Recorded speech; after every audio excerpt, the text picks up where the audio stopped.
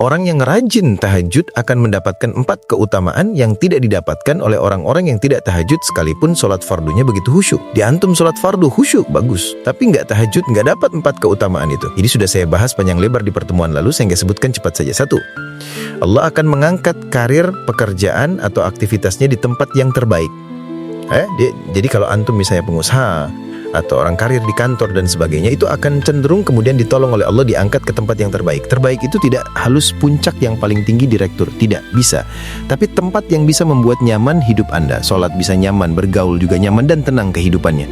Mungkin level Anda nggak sampai puncaknya direktur utama, mungkin direktur 1-2 gitu ya. Tapi Anda dijauhkan dari hal-hal yang maksiat, dijauhkan. Sholatnya enak, punya ruangan nyaman, dan sebagainya. 2, Allah akan bimbing setiap ahli tahajud.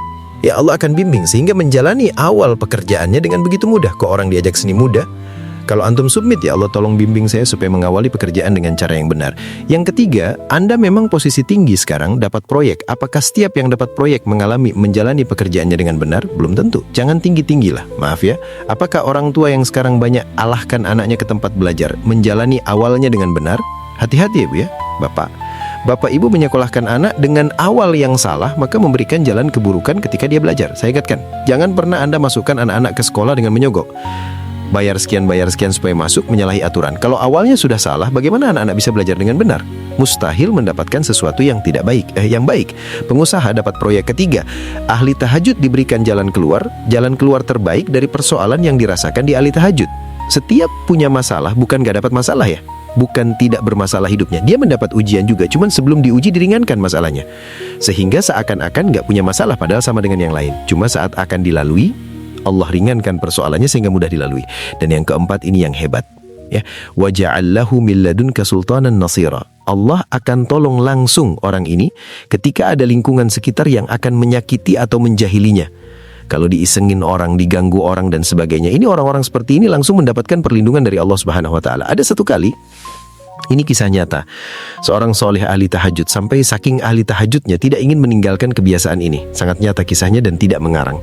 Satu kali kemudian malam-malam ya, perjalanan dengan rombongan. Begitu perjalanan orang-orang tidur, sampai dia mengendap-endap kebiasaannya, tidak ingin diketahui oleh orang lain. Satu malam kemudian dia bangun setelah orang lain tidur, masuk dia sedikit ke area sedikit ada dalam hutan begitu, sedang menunaikan sholat. Dia juga kemudian tidak ada orang lain yang melihatnya. Ternyata ada satu orang atau beberapa yang kemudian tergerak mendengar suara dan menyaksikan kebiasaan dia. Anda tahu apa yang terjadi? Dan inilah yang disampaikan oleh orang-orang yang melihat itu.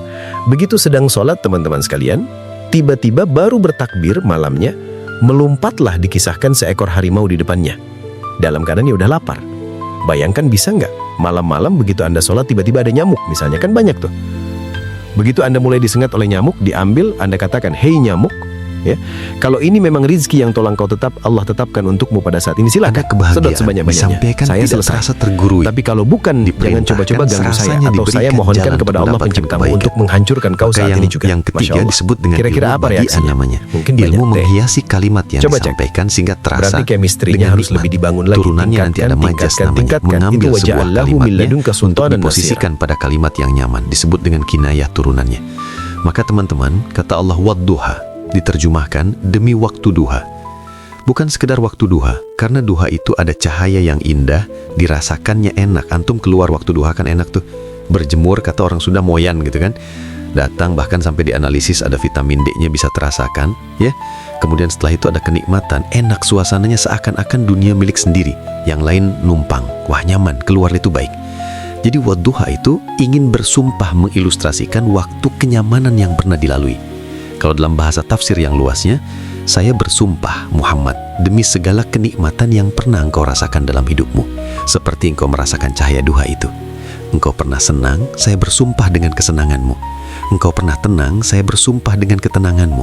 Engkau pernah nyaman, saya bersumpah dengan kenyamanan yang pernah engkau rasakan. Dan aku pun bersumpah demi gelapnya malam. Demikian terjemahannya. Bukan sekedar gelapnya malam saja, itu sesuatu yang pekat. Ini belakang kelihatan agak gelap untuk memprosesikan cahaya ke sini. Tapi yang mau saya sampaikan, kalau gelapnya begitu pekat, semua cahaya, ini nggak ada cahaya, nggak ada nih. Sama sekali tidak kelihatan. Saya mau tanya pada Anda, beraktivitasnya mudah atau sulit? Mudah nggak? Menemukan sendal Anda di luar belum tentu. Menemukan jalan keluar pun belum tentu mudah. Anda mesti meraba-raba jalan, Anda mesti kemudian melihat sesuatu dengan pandangan mata hati, Anda raba-raba dan sebagainya sampai menemukan jalan, itu pun belum tentu benar. Itulah yang disebut dengan gelapnya malam saja pekat. Kadang-kadang ada orang yang menghadapi satu kesulitan yang pekat suasananya. Siang, cuman karena masalahnya begitu pekat seakan-akan membuat diri dia gelap. Jalan susah, limbung gitu. Kenapa gelap? Ya, padahal terang. Karena masalah mengelimuti dirinya. Seakan-akan dia diselimuti masalah yang gelap. Bimbang dia, makan gak enak, minum gak nyaman, dan seterusnya. Ya, biasanya makan ayam tenang, ini dikasih yang lebih enak juga rasanya pahit, gak enak zamannya. Maka kalau kita ilustrasikan dalam suasana tadi, Muhammad, saya bersumpah engkau pernah hidup nyaman, ataupun engkau mengalami masalah yang sangat pekat dalam kehidupan. Engkau alami sesuatu yang dahsyat sampai engkau bingung, bimbang, pekat. Mereka menuduhmu dengan macam-macam. Saya pastikan kepadamu, dalam keadaan nyamanmu seperti dulu, ataupun engkau bimbang seperti sekarang, Tuhanmu tidak akan pernah meninggalkanmu ataupun menuduhmu gila.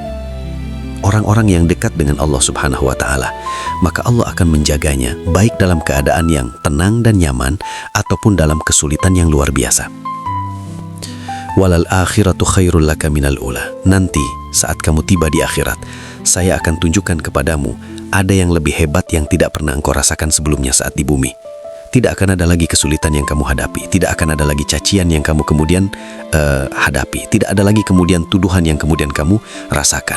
Aku akan berikan apapun yang kamu inginkan sampai kamu puas nanti.